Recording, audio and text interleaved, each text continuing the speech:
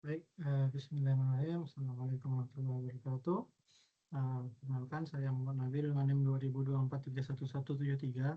Saya akan memaparkan hasil dari proyek UAS kecerdasan buatan yang saya kerjakan.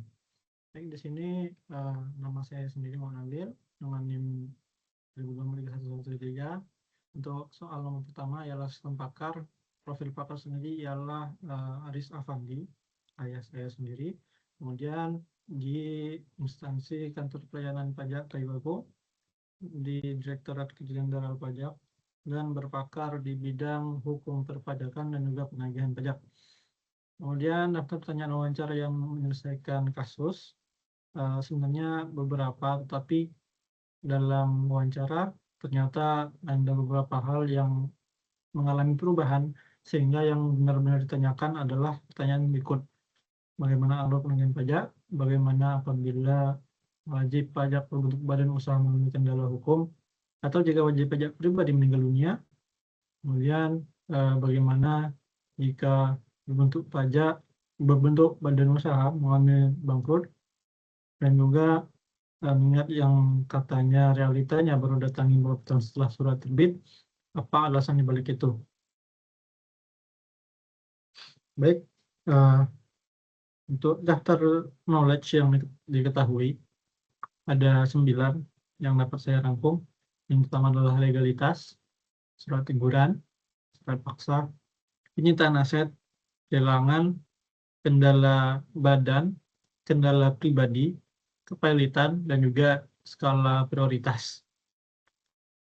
Metode yang digunakan dalam hal ini adalah RBR, karena domain dari hukum perpajakan itu bersifat kaku dan diatur secara ketat oleh perundang-undangan, serta logika formal prosedural itu sangat ideal untuk dimodelkan dalam penggunaan penalaran maju. Sehingga terbitlah rule set seperti ini. Yang pertama ialah penerbitan surat teguran. Itu ketika status hutang belum lunas dan juga jatuh tempo itu 30 hari. Maka tindakannya adalah penerbitan surat teguran otomatis via sistem.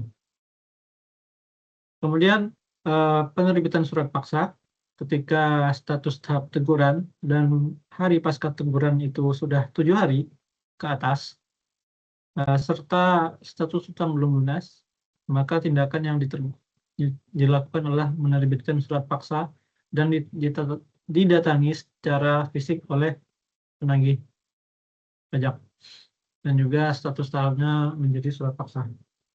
Kemudian eksekusi sita aset jika statusnya masih surat paksa dan waktu pasca surat paksa sudah 2 kali 24 jam serta status hutang belum lunas, maka tindakan yang dilakukan adalah melakukan sita aset dengan pajak dan statusnya menjadi sita aset. Setelah itu, jika statusnya sita aset dan juga waktu pasca sita adalah 14 hari, maka statusnya adalah belum lunas dan akan dilaksanakan pelelangan aset sitaan. Adapun kendala-kendala yang terjadi ialah ketika badan WP berbentuk badan usaha bermasalah, ada yang penanggung utama meninggal atau berhalangan, maka dialihkan beban penagihan ke penanggung jawab badan yang lainnya. Adapun untuk pribadi yang meninggal, maka akan dicek dulu apakah harta warisannya ada. Jika ada, maka dialihkan ke ahli waris. Kemudian jika tidak ada warisan, maka tindakan yang dilakukan adalah mengajukan dokumen usulan keputusan penghapusan saksi atau piutang pajak. Apabila status badan ataupun individu resmi pilot dari pengadilan, maka tindakannya ialah menyerahkan aset kepada kurator untuk inventarisasi dan juga prioritas pelunasan utang pajak daripada hutang-hutang yang lainnya. Dan rules terakhir adalah alokasi SDM lapangan. Ini yang tadi bagaimana, kenapa kok bisa secara lapangan ternyata lebih dari bertahun-tahun baru bisa didatangi. Itu karena kuantitas petugas yang sangat sedikit, sehingga manajemen akan menetapkan tahun penundaan dan juga prioritas skala menurut nominal yang paling besar. Dalam hal ini pasti yang akan dilakukan terlebih dahulu adalah badan-badan daripada individu. Baik, berikut adalah visualisasi dari flowchart rule set tadi, mungkin terlalu kecil. Maka di sini ada rule 1, rule 2, rule 3, dan rule 4. Ini adalah alur utama penagihan pajak. Kemudian yang kedua adalah kasus khusus dari pajak sendiri, melakukan pengecekan. Jika badan yang meninggal, maka beban ke penanggung jawab, WP meninggal, dan warisan ke ahli waris tidak ada dihapus. WP valid diserahkan ke kurator dan hukum.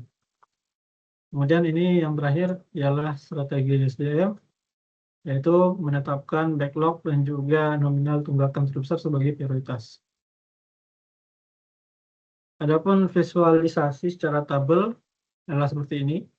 Syarat pertama tentu belum lunas. Yang kedua adalah waktu dan status. Ketiga adalah status waktu. Berikut adalah output yang dihasilkan, kurang lebih sama seperti flowchart di atas. Kemudian nomor soal kedua ialah dari lengan robot. Untuk nama dari masing-masing robot. Untuk nama dari masing-masing kotak, saya memilih M, N, O, dan P, karena nama saya sendiri inisial MN, Muhammad Nabil, sehingga saya teruskan sehingga O dan P. Adapun situasi awal dan target adalah seperti berikut. MNOP di atas meja, dan juga M di atas O, P di atas N di atas meja. Maka step yang dilakukan adalah mengambil kotak M, di sini adalah pick up, dengan precondition on M table, clear M, dan juga arm empty. Add list-nya holding M, dan juga delete list-nya on M table dan arm empty, sehingga dia akan mengangkat M. Kemudian kita akan menumpuk M di atas O, stack M O, dengan prekondisi holding M dan juga clear O. Dengan add list adalah on MO, arm empty, dan juga clear M. Dan delete list-nya adalah holding M dan clear O. Kemudian kita akan mengambil P dengan pick up P dengan precondition on P table, P harus ada di atas tabel, dan juga clear P-nya. Di atas P tidak ada apa-apa, dan juga arm empty, yang berarti lengan tidak sedang memegang apapun. Add list-nya adalah holding P, yang berarti kita akan mengambil P-nya. Dan juga delete list adalah on P table, karena kita akan mengangkatnya, dan juga empty karena kita sedang holdingnya. Kemudian step terakhir adalah menaruh P di atas N dengan aksi stack P, N, precondition holding P, dan clear N. Add list-nya adalah on P, N, kemudian arm empty, dan juga clear P. Delete list-nya adalah holding P, dan juga clear N.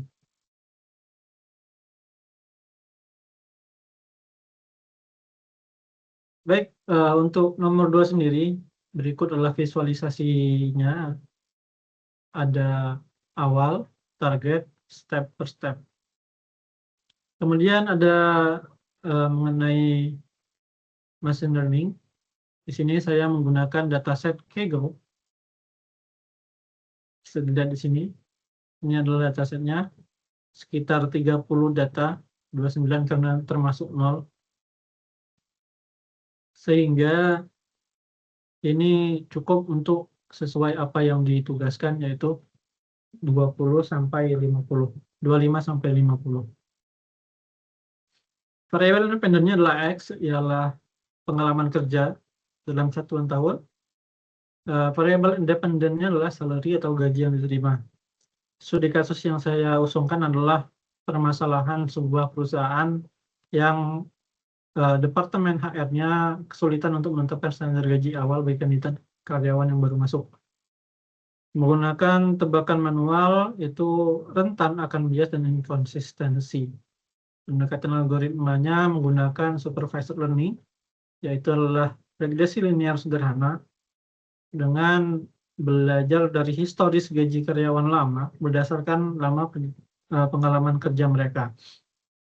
Sehingga diharapkan mampu memprediksi estimasi gaji yang pantas untuk kandidat pelajar di masa depan secara lebih presisi dan matematis. Perhitungannya ialah sebagai berikut menggunakan metode kuadrat terkecil. Di sini rumusnya ialah Y sama dengan A plus BX, di mana A adalah nilai konstanta dan juga B adalah koefisiensi regresi.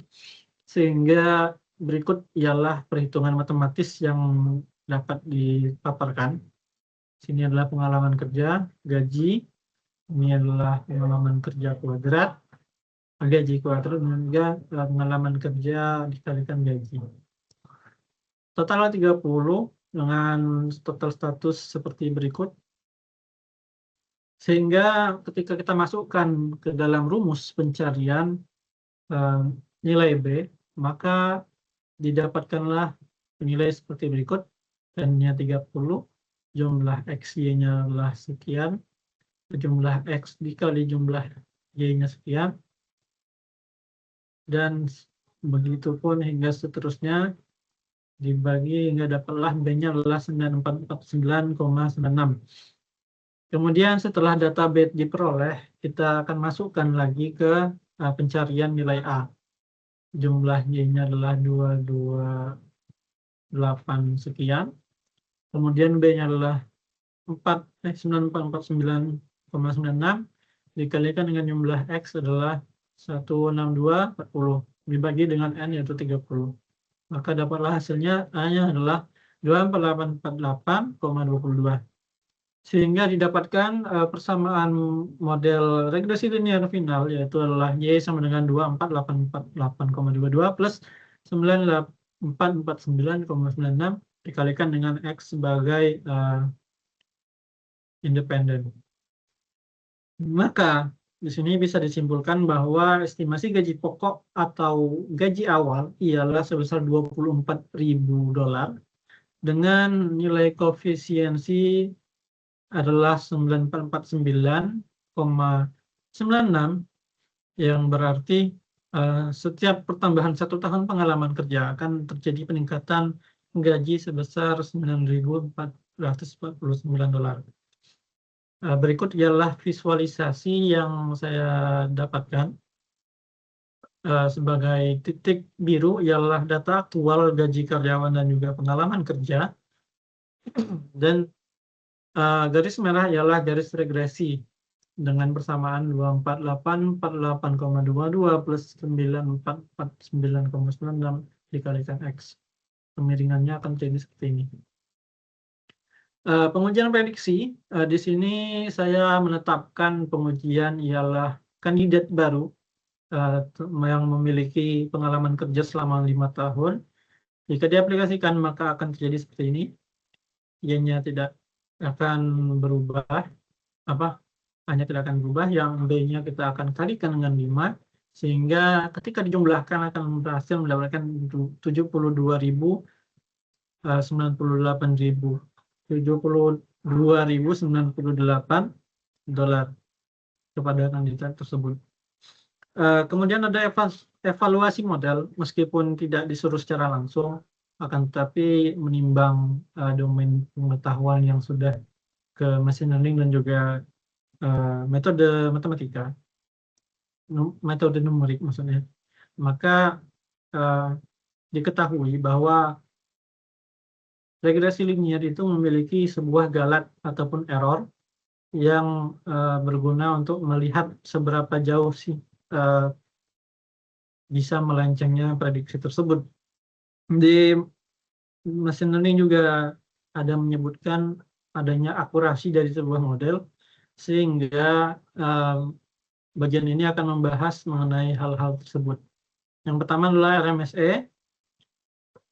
Ketika kita menghitungnya, maka kita melihat total kesalahan kuadrat ialah 938.128.551 dengan rata-rata kesalahan ialah 31.000 dan juga akar rata-rata kesalahan kuadrat RMSE-nya ialah 5.592. yang berarti galapnya itu sekitar 5.592 dari gaji aslinya.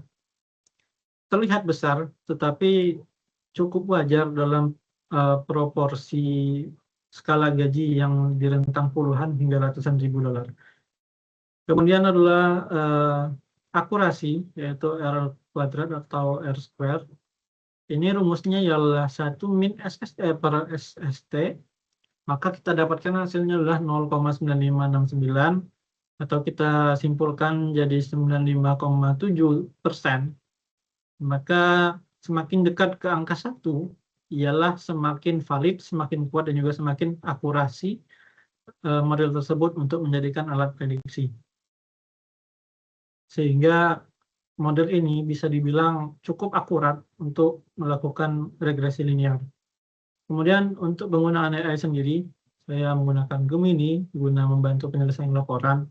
Adapun bagian-bagian menggunakan AI tersebar di beberapa bagian, yang utamanya ialah visualisasi, kemudian juga pencarian galat dan akurasi model, dan juga penyusunan rule set sistem pakar.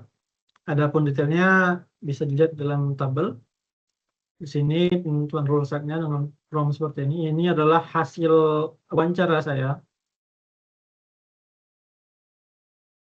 sehingga bisa disusun menjadi rule set dan juga knowledge. Kemudian visualisasi sistem pakar, ini untuk visualisasi chart dan juga tabel yang di atas, yang ini. Kemudian ada lagi visualisasi sistem lengan robot, yang ini. Juga adalah visualisasi regresi linear.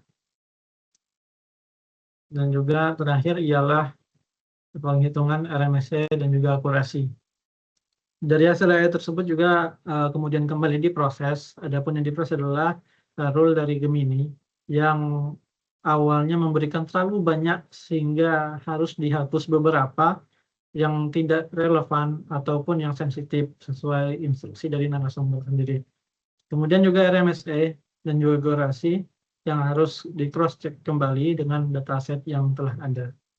Mungkin itu saja yang dapat saya sampaikan pada UAS kali ini. Adapun kurang dan kelebihan sepenuhnya adalah tanggung jawab saya. Segala kekurangan adalah milik saya dan segala kelebihan adalah milik Allah Subhanahu wa taala. Saya akhiri wabillahi taufiq wal hidayah. Assalamualaikum warahmatullahi wabarakatuh.